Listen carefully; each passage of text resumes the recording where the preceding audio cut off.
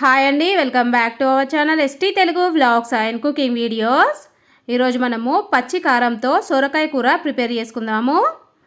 ముందుగా మనము సొరకాయ తీసేసుకొని పీలర్తో పైన పొట్టు తీసేసుకున్న తర్వాత వాటర్లో నీట్గా వాష్ చేసేసుకొని పీసెస్లా కట్ చేసి పెట్టేసుకోవాలి. ఇప్పుడు మనము కారానికి సరిపడినన్ని పచ్చిమిరపకాయలు తీసేసుకొని మిక్సీ జార్లోకి వేసేసుకొని కొంచెం సాల్ట్ వేసేసి మెత్తటి పేస్ట్ లాగా గ్రైండ్ చేసుకోవాలి. మనం పచ్చిమిర్చి పేస్ట్ ప్రిపేర్ చేసుకునేటప్పుడు వాటర్ యాడ్ చేయొద్దండి. ఇలా ప్రిపేర్ చేసుకున్న పేస్ట్ పక్కన పెట్టేసుకొని ఇప్పుడు కర్రీ ప్రిపేర్ చేసుకోవడానికి స్టవ్ పైన కడాయి పెట్టేసి 6 టేబుల్ స్పూన్ల ఆయిల్ వేసుకున్నాక ఇందులోకి 1/2 టేబుల్ స్పూన్ ఆవాలు, 1/2 టేబుల్ స్పూను జీలకర్ర వేసేసుకొని మంచిగా ఫ్రై అయిపోయినాక ఒక పెద్ద సైజు ఉల్లిపాయని పీసెస్లా కట్ చేసి వేసుకోవాలి.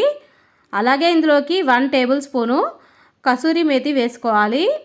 కసూరి మేతి వేసుకోవడం వల్ల మనకు కర్రీ టేస్ట్ చాలా బాగుంటుందండి.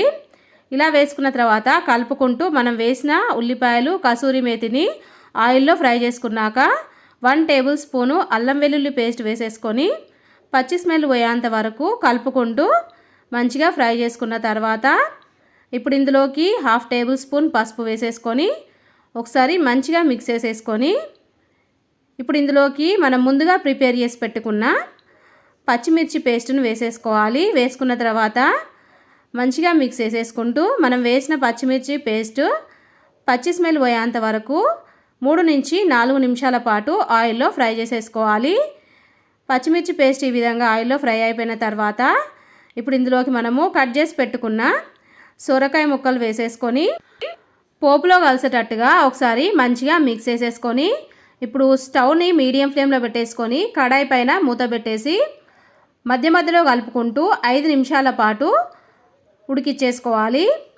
5 నిమిషాల తర్వాత ఇప్పుడు ఇందులోకి 1 కప్పు కట్ చేసి పెట్టుకున్న కొత్తిమీరను వేసేసుకొని ఇప్పుడు కర్రీలోకి కలిసేటట్టుగా ఒకసారి మంచిగా మిక్స్ చేసేసుకొని ఇప్పుడు ఇందులోకి టేస్ట్కి సరిపడినంత సాల్ట్ వేసేసుకోవాలి. మనము ఎప్పుడు సొరకాయ కర్రీ ప్రిపేర్ చేసుకున్నా సాల్ట్ ఎక్కువగా వేసుకోవద్దండి, కొంచెం తక్కువగా వేసుకుంటేనే సొరకాయ కర్రీ టేస్టీగా చాలా బాగుంటుంది. సాల్ట్ వేసుకున్నాక ఒకసారి మంచిగా మిక్స్ చేసేసుకొని ఇప్పుడు ఈ కడాయి పైన మళ్ళీ మూత పెట్టేసుకొని స్టవ్ లో ఫ్లేమ్లో పెట్టేసుకొని 5 నిమిషాల పాటు ఉడకనివ్వాలి. 5 నిమిషాల తర్వాత ఇక్కడ సొరకాయ పీసెస్ అయితే మెత్తగా ఉడికిపోయినాయండి. ఒకసారి చెక్ చేసేసుకొని మంచిగా మిక్స్ చేసేసుకోవాలి. చూడండి, ఈ విధంగా ఆయిల్ పైనకి రిలీజ్ అయిపోయిందంటే ఫైనల్లీ మనకు సొరకాయ పచ్చి కారం కర్రీ రెడీ అయిపోయినట్టే. ఇలా ప్రిపేర్ చేసుకున్న కర్రీని వేడివేడి అన్నంలోకి వేసుకొని తింటే సూపర్ టేస్టీగా చాలా బాగుంటుందండి. అలాగే ఫుల్కా కాంబినేషన్లో కూడా చాలా బాగుంటుంది.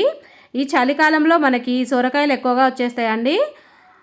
అలాంటప్పుడు మనం ఈ విధంగా పచ్చి కారంతో సొరకాయ కర్రీ ప్రిపేర్ చేసుకొని తింటే సూపర్ టేస్టీగా చాలా బాగుంటుంది. మరి కర్రీ ప్రిపేర్ చేయడానికి కావాల్సిన మెజర్మెంట్స్ డిస్క్రిప్షన్లో లింక్ ఇస్తాను, ఒకసారి చెక్ చేసుకొని మీరు కూడా ప్రిపేర్ చేయండి. ప్రిపేర్ చేసిన తర్వాత టేస్ట్ ఎలా వచ్చింది నాకు కామెంట్ రూపంలో తెలియజేయండి. వీడియో నచ్చితే వీడియోకి లైక్ చేయండి, మీ ఫ్రెండ్స్కి రిలేటివ్స్కి వీడియోని షేర్ చేయండి. అలాగే నా ఛానల్ని కొత్తగా చూసే వాళ్ళైతే సబ్స్క్రైబ్ చేసుకోండి. ఓకే, బాయ్ ఫ్రెండ్స్, నెక్స్ట్ వీడియోతో మళ్ళీ కలుద్దాం.